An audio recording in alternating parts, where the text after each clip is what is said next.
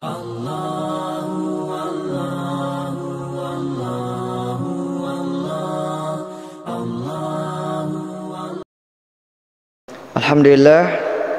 kembali kita melanjutkan pembahasan kita tentang fikih muamalah, ya, fikih jual beli. Pertemuan yang lalu kita sudah membahas beberapa gambaran dari jual beli yang terlarang. Ada jual beli yang terlarang karena objek dari yang diperjualbelikan adalah sesuatu yang haram, ya, seperti jual beli najis dan sebagainya. Ada yang haram karena tempat berjual belinya yang tidak boleh, seperti jual beli di dalam masjid. Ada jual beli yang haram karena waktunya, seperti berjual beli setelah dikumandangkannya azan Jumat, azan untuk sholat Jumat. Sekarang kita akan membahas beberapa permasalahan kontemporer atau beberapa muamalah yang sering kita lakukan atau sering kita dengarkan. Nah, terutama tentu saja dengan berkembangnya zaman, maka orang-orang juga akan selalu berpikir bagaimana mendapatkan keuntungan, bagaimana mendapatkan uang dengan jalur perdagangan atau jual beli. Sehingga setiap harinya, setiap zamannya akan selalu ada model-model yang baru dari jual beli tersebut. Dan alhamdulillah, agama kita adalah agama yang sempurna. Allah Subhanahu wa taala tidaklah mewafatkan nabinya sallallahu alaihi wasallam kecuali setelah menyampaikan semua kaidah-kaidah agama sebagaimana disebutkan di dalam surah Al-Maidah. Pada hari ini telah saya sempurnakan agama ini untuk kalian.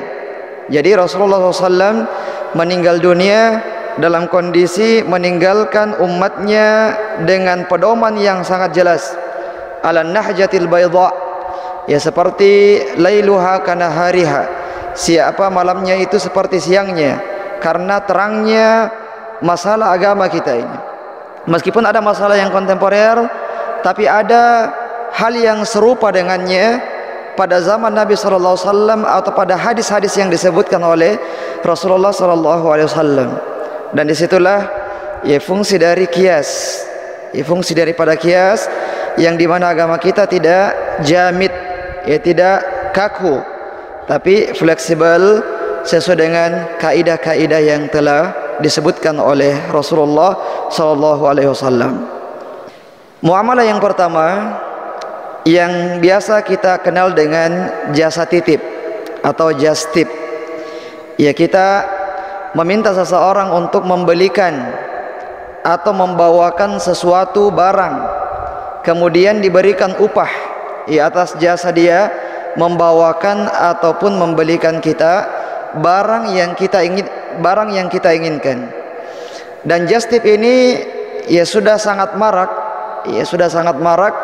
terutama di zaman online seperti ini, di zaman orang-orang malas keluar rumah, di zaman orang-orang lebih mau untuk difasilitasi, yang biasanya dia sendiri yang pergi membeli barang tersebut, tapi karena adanya orang-orang yang membuka jasa titip, maka akhirnya menjamur orang-orang yang membuka jasa seperti ini, jasa titip. Kadang-kadang barang yang ingin dibawakan tersebut barang yang sudah dibeli, artinya tinggal diambil kemudian dibawakan barangnya. Kadang-kadang juga barang ini memang belum dibeli, artinya harus ditalangi dulu, dibayar dulu, baru dibawakan kepada orang yang memesannya. Nah, kemudian diberikan upah terhadap jasa tersebut. Hukum muamalah ini adalah boleh. Hukum asal dari muamalah ini adalah boleh, karena dia adalah mimbabil ja'alah atau mimbabil ijarah. Ja'alah sebagai hadiah atas jasa yang dia lakukan, atau mimbabil ijarah sebagai upah atas jasa yang telah dia lakukan. Kalau sebagai ijarah, sebagai sewa jasa, maka sewa jasanya ini sudah harus jelas dari awal. Misalnya, fulan, tolong ambilkan barang saya di toko fulan, bawakan ke rumah saya, upahnya sekian.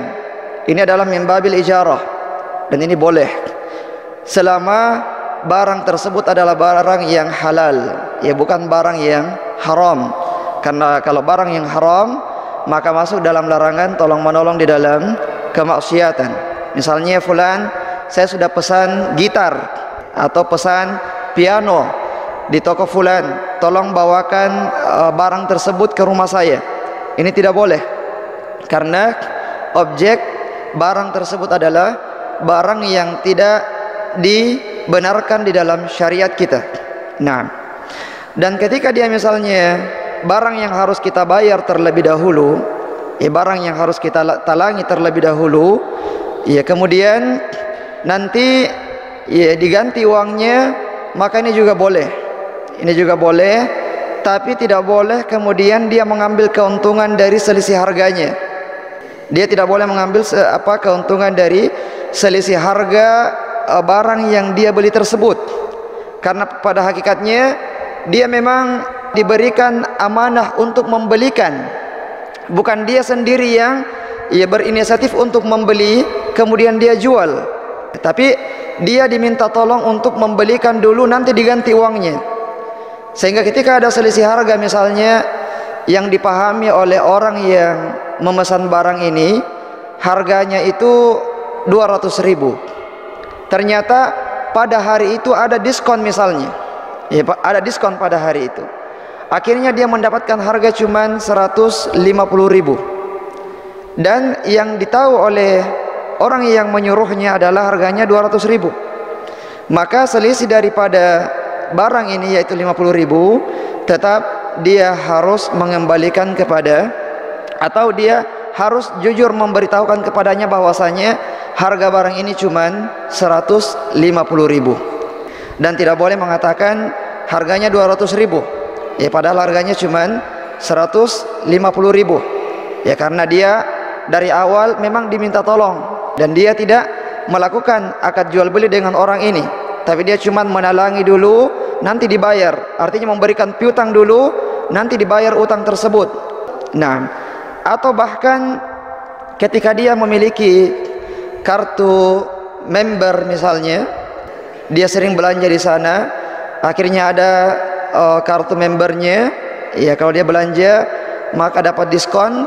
Kalau orang lain belanja maka tidak dapat diskon. Selisih daripada harga tersebut atau harga yang dia dapatkan itu pula lah yang dia sampaikan kepada orang yang menyuruhnya.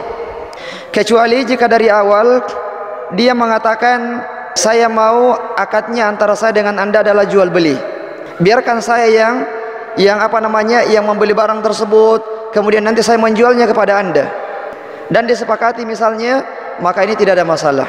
Ya, dipesan fulan, ya, bolehkan saya di sana, ya, disampaikan, ya, saya mau akadnya nanti kita yang jual beli, ya, saya beli barangnya dimanapun yang saya inginkan, saya mau beli barang di sini atau barang di sana, nanti saya jual kepada Anda dengan harga sekian. Nah, maka ini jual beli, maka boleh dia menaikkan harganya. Adapun kalau akad yang pertama, maka dia tidak boleh menaikkan harganya. Taib. Poin penting dari jasa titip ini yang perlu diperhatikan, yang pertama adalah pekerjaan atau barang titipannya tidak melanggar ketetapan syariat, sebagaimana yang kita sebutkan tadi, ya. Kemudian yang kedua, penyedia jasa tidak berhak atas upahnya kecuali setelah pekerjaan selesai, namun boleh dibayar di awal. Misalnya dia sudah ke toko, ternyata barang yang dimaksud tidak ada, maka dia tidak berhak mendapatkan upah karena tidak menyelesaikan tugas yang diberikan kepadanya. Ya, meskipun tidak jadinya itu bukan karena faktor dia, tapi karena faktor lain, yaitu tidak tersedianya barang tersebut. Ya, dia sudah capek-capek ke sana, tapi ini baru setengah pekerjaan, dia belum menyelesaikan tugasnya, dan dia belum berhak untuk mendapatkan upah atas setengah pekerjaan tersebut. Nah, taib. Kemudian yang ketiga, pengambil jasa titip tidak boleh mengambil keuntungan dari barang jika mendapatkan yang lebih murah. Ini yang kita sebutkan tadi.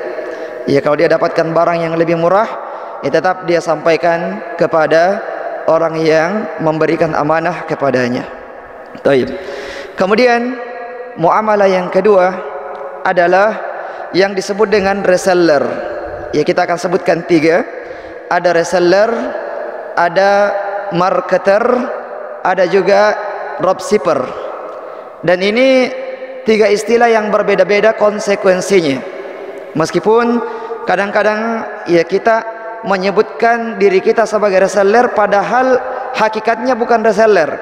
Istilah kita saja yang menyebutkan diri kita sebagai reseller, tapi sebenarnya kalau dibawa kepada konsekuensi syariat, ya ini tidak disebut sebagai reseller, ini tidak disebut sebagai marketer misalnya, lebih cocoknya disebut sebagai dropshipper misalnya. Sehingga kita perlu mengetahui ya ketiga istilah ini beserta dengan perbedaan-perbedaannya, perbedaan konsekuensinya. Yang pertama adalah tentang reseller. Yang disebut dengan reseller adalah orang yang menjual kembali barang yang telah dia beli kepada pihak lain, tapi dia membelinya dengan harga murah, atau mungkin disebut dengan agen. Ya, reseller itu mirip sekali dengan agen, bahkan dia adalah agen. Jadi dia sudah menjalin kerjasama dengan toko misalnya, ya, dengan penjual tertentu, dan dia diberikan harga khusus. Kalau dia yang belanja, maka ada harga khusus yang diberikan kepadanya, harga reseller, harga agen. Dan dia membeli barang tersebut dan dibawa ke rumahnya, dikuasai barang tersebut. Barang itu sudah menjadi miliknya sepenuhnya. Dan reseller yang seperti ini, dia boleh melakukan transaksi dengan pembelinya langsung. Ya, tidak perlu ada yang namanya janji transaksi, ya, janji akad. Dia boleh langsung pada saat ada dia pasarkan barang tersebut, ada orang yang tertarik, ya, saya tertarik dengan barang Anda, dia boleh langsung akad jual beli dengannya. Ya, misalnya dia suruh transfer uangnya, ya, secara tunai ataupun secara kredit. Ya, boleh secara tunai, boleh juga secara kredit, karena memang barangnya sudah dia miliki, sudah ada di rumahnya, sudah ada di tokonya. Dia mau menjualnya dengan harga berapapun terserah dia. Dia mau menjualnya dengan kredit atau dengan tunai terserah dia, karena barang sudah dia miliki. Ya, kemudian dia mengirim barang tersebut kepada konsumennya. Ini hukumnya boleh, ya, karena ini adalah jual beli yang khalis, yang murni. Poin yang perlu diperhatikan pada muamalah reseller ini, yang pertama adalah ya, barang bisa dijual setelah diterima dan menjadi miliknya. Dengan kata lain, harus menyetok barang tersebut. Ya, dia sudah menyetoknya di gudangnya atau di tokonya atau di rumahnya atau di mana saja, dan dia bisa menaikkan harga semau dia. Sekali lagi, muamalah ini boleh. Ini disebut dengan reseller. Kemudian muamalah yang kedua adalah marketer, atau kita biasa sebut dengan sales atau istilah yang lain, ya. Yang jelas marketer itu adalah orang yang bergerak di bidang pemasaran. Ya, dia hanya memasarkan barang orang lain. Dia tidak memiliki barang tersebut, dan dia sudah diberikan amanah. Dia sudah diberikan amanah oleh penjual, fulan, tolong jualkan barang saya. Atau dia yang meminta izin kepada penjual, ya fulan, saya punya kemampuan memasarkan barang, tapi saya tidak punya modal. Boleh tidak kita kerjasama, saya bantu memasarkan produk Anda. Dia mengatakan silahkan pasarkan produk saya. Ini disebut dengan marketer atau sales, penjual, memasarkan barang yang bukan milik dia, tapi sudah mendapatkan izin dari pemilik barang untuk menjualkan barang tersebut. Dan ini juga boleh.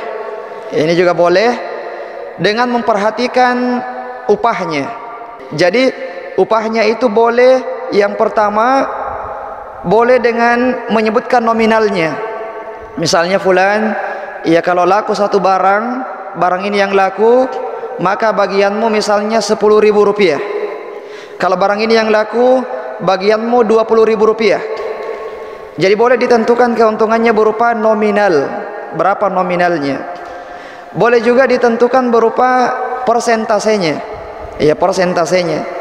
Silahkan jual barang ini, ya harganya 100.000. Harganya 100.000. Nanti saya akan memberikan kepadamu 15% dari harga barang. Misalnya 100.000 dijualkan, berarti dia mendapatkan 15%, berarti 15.000. Dia mendapatkan 15.000 per item barang yang dia jual. Jadi boleh berupa nominal, boleh juga berupa persentase.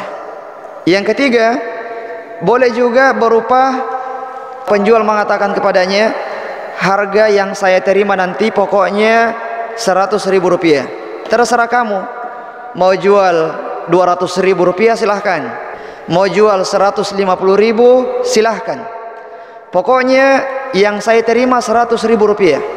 Kelebihan daripada itu silahkan menjadi milik Anda. Ini juga boleh. Jadi untuk marketer ini, untuk menentukan upahnya itu bisa dengan salah satu dari tiga hal ini. Bisa berupa nominal, bisa berupa persentase, dan juga bisa berupa ya kelebihan dari harga ini silahkan menjadi milik Anda. Nah, yang tidak boleh dalam marketer ini, dia tidak boleh menaikkan harga barang di luar daripada izin penjual barang. Misalnya penjual mengatakan jual barang ini 100.000 rupiah, jangan menjualnya di atas harga ini. Pokoknya setiap item yang laku saya berikan upah 10.000 rupiah, tapi jangan menaikkan harganya. Kemudian dia menjual barang tersebut. Dia menjualnya di pasar yang barang itu sebenarnya dibeli dengan harga 120.000 rupiah. Akhirnya dia menjualnya dengan harga 120.000 rupiah. Ini tidak boleh, karena dia sudah mendapatkan amanah jangan dijual di atas harga 100.000 rupiah. Ketika dia menjual di atasnya, maka dia sudah berdosa, dan kelebihannya tetap harus dia setorkan kepada orang yang memberikan amanah kepadanya. Jadi dia sudah berdosa karena melanggar amanah. Kemudian yang kedua, kelebihan tersebut tetap harus disetorkan kepada pemilik barang. Nah, ini yang harus diperhatikan pada marketer, pada jasa pemasaran. Ya, orang yang memiliki kemampuan untuk memasarkan sesuatu namun mungkin dia tidak punya modal, maka ini yang harus diperhatikan. Adapun marketer ini, dia tidak harus menyetok barang, karena dia tugasnya hanya memasarkan barang, maka dia tidak wajib untuk memasok barang tersebut di rumahnya atau di tokonya. Barang tersebut berada di toko penjual tidak ada masalah, karena memang ya nanti dia hanya menjadi penghubung saja. Lalu apakah boleh bagi marketer ini melakukan transaksi akad jual beli dengan konsumen atau tidak? Kita katakan boleh. Misalnya dia sudah pasarkan barang, ada orang yang tertarik, fulan saya mau barang ini. Dia mengatakan silahkan transfer uangnya. Dia sudah melakukan akad jual beli, dan ini boleh kalau dia sebagai marketer. Beda dengan ya dropshipper nanti yang akan kita sebutkan. Dia tidak boleh melakukan akad jual beli. Adapun marketer dan juga reseller, karena reseller sudah memiliki barangnya, marketer belum memiliki barangnya, tapi dia sudah menjadi wakil, menjadi agen, menjadi kepercayaan dari pemilik barang, maka pada saat ada orang yang berminat dengan barang tersebut, dia boleh melakukan transaksi jual beli dengan konsumen tersebut. Setelah uang dia pegang, dia sampaikan kepada produsen pemilik barang, fulan silahkan kirim barangnya ke alamat ini. Jadi tidak harus dia stok dulu barangnya ke rumahnya, baru dia transfer lagi, dia kirim lagi ke konsumen. Boleh produsen langsung kirim ke alamat konsumen. Nanti masalah uangnya ini bagi keuntungannya berurusan antara dia dengan pemilik barang. Nah, ini terkait dengan marketer. Kemudian yang ketiga adalah dropshipper. Dropshipper yang mendrop barang, yaitu mengambil keuntungan dengan menjual produk pihak lain tanpa menyetoknya, cuman bermodalkan katalog saja, lalu meminta pihak pemilik barang mengirim langsung kepada pembeli ketika terjadi transaksi. Jadi dia bukan sebagai wakil dari penjual. Dia cuma mengambil katalog dari toko ini, katalog dari toko yang lain, kemudian dia pasarkan. Ketika ada konsumen, calon pembeli yang berminat membeli barang tersebut, kemudian dia melakukan transaksi jual beli. Dia melakukan transaksi jual beli. Setelah itu dia telepon atau dia hubungi pemilik barang. Fulan, barang ini ada tidak? Pemilik barang mengatakan ada. Oke, kalau begitu saya mau beli. Ya, berapa yang harus saya transfer? Sekian. Dia transfer. Fulan, silahkan kirim barangnya ke alamat ini. Alamatnya konsumen, bukan ke alamatnya dia. Ya, bukan ke alamatnya si dropshipper ini. Dan ini adalah muamalah yang tidak boleh, karena dia adalah menjual barang yang tidak dia miliki. Dan perbedaan antara dropshipper dengan jual beli salam itu sangat sedikit. Jual beli salam sudah kita jelaskan pada dua pertemuan yang lalu. Jual beli salam boleh. Adapun jual beli barang yang tidak dimiliki, menjual barang yang tidak dimiliki dengan skema dropshipper yang sudah kita sebutkan, ini tidak boleh. Dan perbedaannya adalah jual beli salam itu dia memasarkan produk ya kriterianya, bukan ain, bukan barang secara ainnya, secara produknya itu ya, tapi dia menjual kriterianya. Dia mungkin menampilkan contoh. Boleh dia tampilkan contoh. Gambar misalnya, contoh produknya adalah seperti ini. Contoh produknya seperti ini. Kriterianya dia sebutkan semua. Ya, spesifikasinya dia sebutkan semua.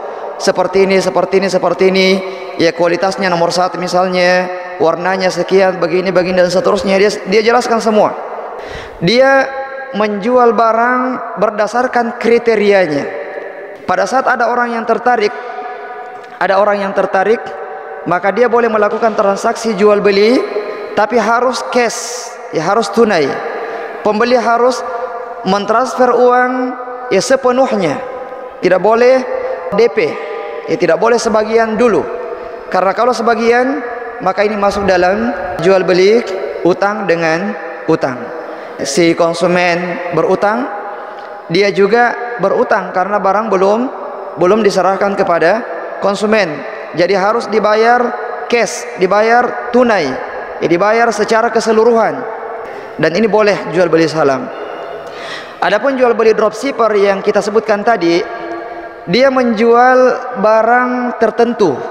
Ya, dia menjual barang tertentu. Misalnya dia menjual barang baju fulan dari toko fulan. Baju fulan dari toko fulan. Artinya tidak diambil dari toko yang lain, hanya dari toko fulan. Misalnya si fulan ini ada produknya, produk sendiri. Tidak kita dapatkan di tempat-tempat yang lain. Produk Produk ini sudah ada brandnya, sudah ada ketentuannya, dan tidak bisa kita dapatkan di pasaran secara umum. Kalau kita mendapatkan barangnya harus datang ke toko tersebut. Dia menjualnya.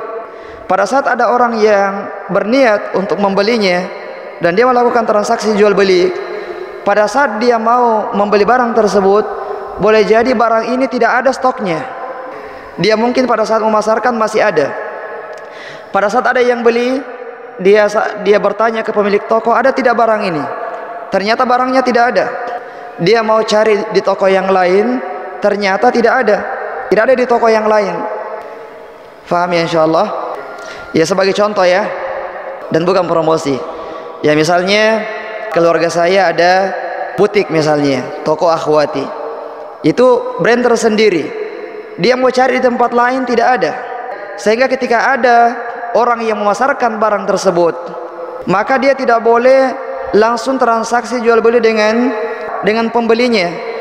Karena kalau dia langsung transaksi, maka dia sudah menjual barang yang dia tidak miliki. Jadi bagaimana solusinya?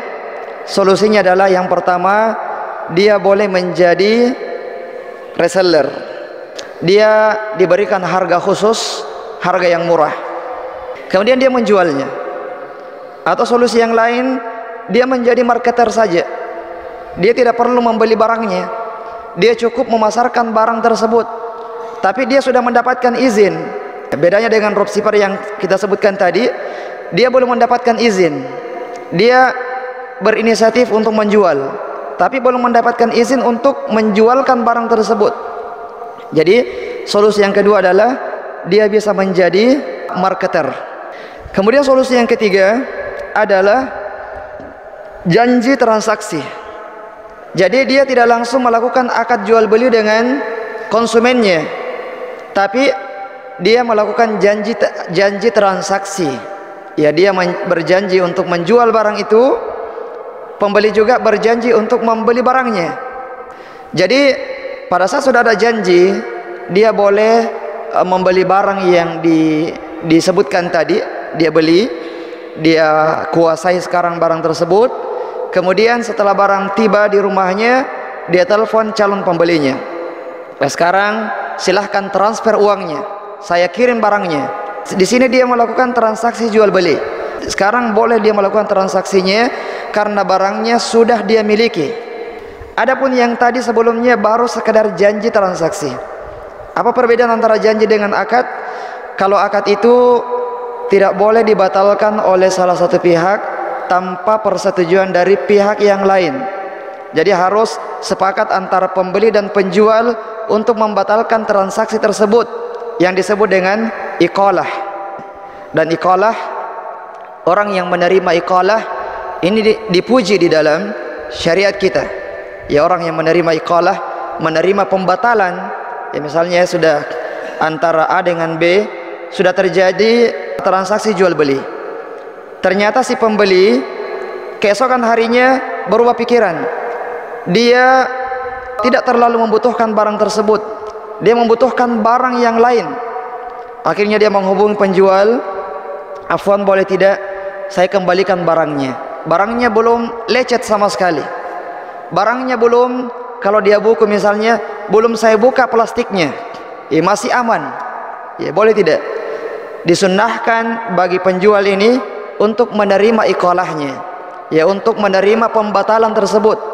Kalau dia menerimanya, maka dia mendapatkan pahala.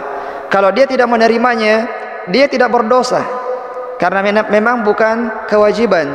Dan hukum asal dari jual beli itu adalah akad lazim. Ia tidak boleh dibatalkan oleh salah satu pihak tanpa persetujuan pihak yang lain. Ini akad jual beli. Lalu bagaimana dengan janji transaksi? Janji transaksi itu boleh dibatalkan oleh salah satu pihak, baik penjual maupun pembeli, tanpa persetujuan dari pihak yang lain. Misalnya sudah ada janji, ternyata pembeli mengatakan, "Afwan, saya tidak jadi beli." Padahal barangnya sudah dia pesan, barang sudah sampai di rumahnya. Sekarang penjual mau menjualnya, tapi pembeli sekarang ini berubah pikiran. Ini tidak mengapa dia membatalkannya, karena baru sekedar janji transaksi. Atau penjual yang berubah pikiran, "Afwan, saya tidak jadi menjualnya." Ternyata dia lebih butuh dengan barang tersebut, atau ada keluarga dia yang sangat membutuhkannya, dan barang tersebut misalnya stoknya sangat terbatas. Akhirnya dia tidak jadi menjual barang tersebut. Ini tidak ada masalah, karena baru sekedar janji transaksi. Lalu bagaimana amannya bagi penjual supaya tidak terjadi hal yang tidak diinginkan? Jangan sampai dia sudah pesan barang karena baru janji transaksi, jangan sampai nanti pembeli ini membatalkan. Dia akan rugi misalnya, dia akan kewalahan untuk mencari pembeli yang baru. Ya, maka dia, solusinya bagi penjual ini, dia boleh melakukan khiyar. Boleh melakukan khiyar dengan penjual ini kasih saya waktu 3 hari misalnya. Kalau misalnya sampai 3 hari saya tidak mengembalikan barang, berarti sudah terjadi akad jual beli antara kita. Tapi kalau misalnya 2 hari saya lihat barangnya ternyata saya tidak suka, maka boleh saya kembalikan. Ini boleh, karena ada khiyar diberikan kepadanya sebelumnya. Nah, kemudian yang ketiga, solusi yang ketiga atau yang keempat, dia lakukan akad salam, tapi ini harus bukan produk tertentu, tapi dia jual kriterianya saja, ya sifat dari barang saja. Kalau dia mau jual beli salam. Taib. Ini 3 muamalah yang sering kita dengarkan istilahnya, bahkan mungkin sering kita masuk, ya, bertransaksi dengan transaksi seperti itu. Kita cukupkan ya karena sudah masuk waktu. Subhanakallahumma bihamdik, asyhadu an la ilaha illa anta astaghfiruka wa atubu ilaik. Wassalamualaikum warahmatullahi wabarakatuh.